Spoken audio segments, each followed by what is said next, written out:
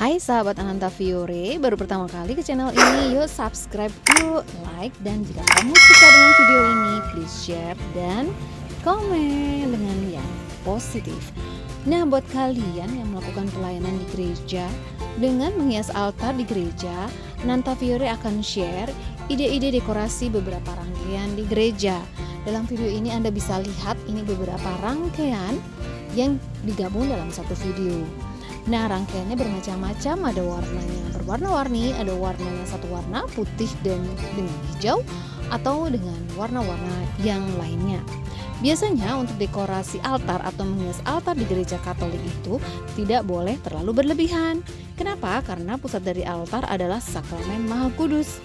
Jadi ada beberapa gereja yang memang melarang sekitar tabernakel untuk dihias dengan bunga atau tanaman supaya pusatnya tetap di sakramen Maha Kudus. Jadi kalau menghias di sekitar meja altar, maka perlu diperhatikan hal ini ya.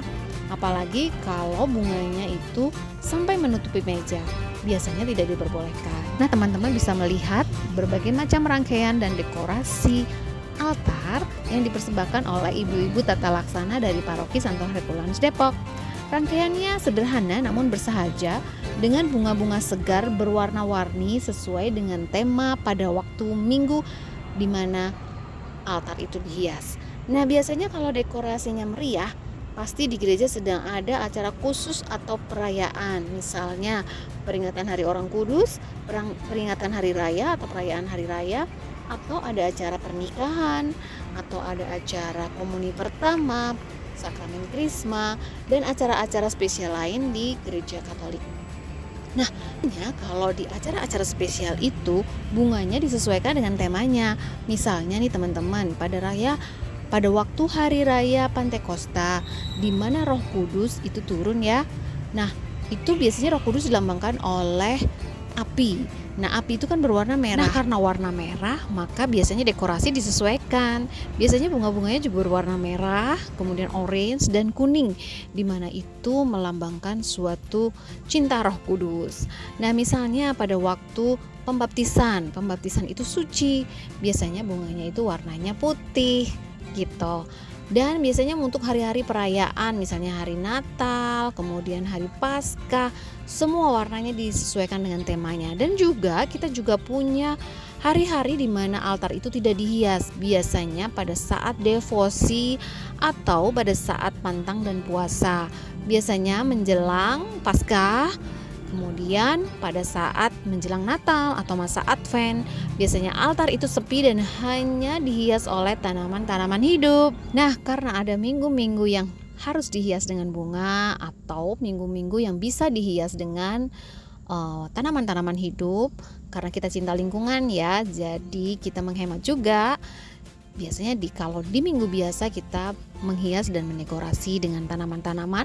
Ibu-ibu tata laksana di Paroki Herculanus juga merawat loh tanaman-tanaman hidup yang keren banget, sehingga tanamannya itu pantas dan layak untuk dapat diletakkan di altar. Nah, teman-teman, ini berbagai macam rangkaiannya, mulai dari vas, ditata di dalam vas atau ditata di dalam suatu wadah. Nah, ini kalau teman-teman jeli melihatnya, ini nggak pakai vas loh tadi yang di altar, tapi pakai apa?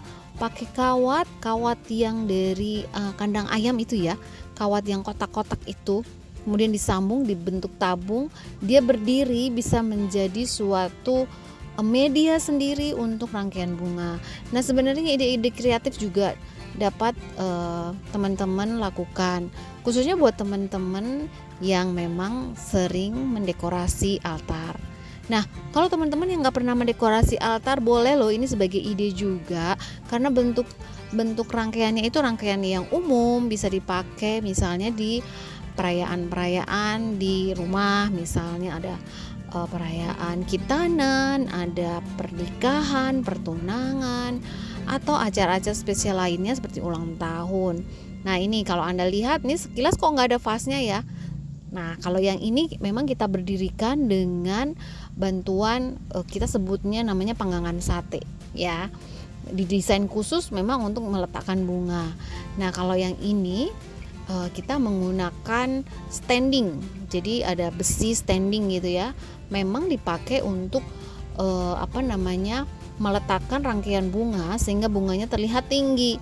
Nah, biasanya besi standing ini kalau di hari-hari perayaan tertentu suka ditutup nih dengan tile supaya lebih terisi dan supaya lebih meriah gitu ya.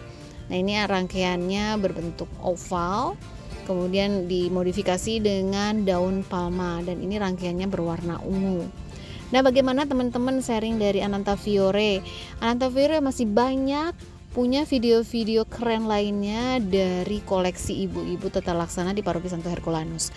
Nah, nanti Ananta Fiore juga akan share bagaimana rangkaian altar di beberapa gereja yang mungkin Ananta Fiore sedang berkunjung.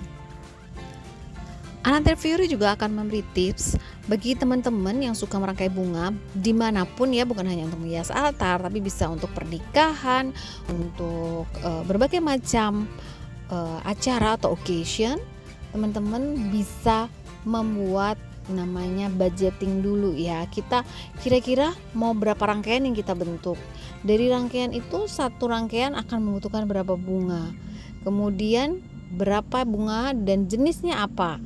Dan daunnya apa. Nah, itu kita hitung, nanti kita akan belanjakan nih bunganya supaya nggak kurang. Setelah belanja nanti kita akan bagi-bagi. Biasanya kita merangkai ini nggak sendiri loh, biasanya bareng-bareng dan dalam suatu tim. Jadi harus bersinergi. Yang penting adalah sukacita. Nah, bagaimana rangkaiannya? Anda suka? Kalau suka jangan lupa ya teman-teman, klik jempolnya, jangan pelit. Murah hati dengan senyum dan komen yang positif. Ditunggu subscribe, like, dan komennya, terutama teman-teman yang baru bergabung di Ananta Fiore. Terima kasih teman-teman, sampai jumpa di video berikutnya. Terima kasih dan selamat menikmati video-video dari Ananta Fiore.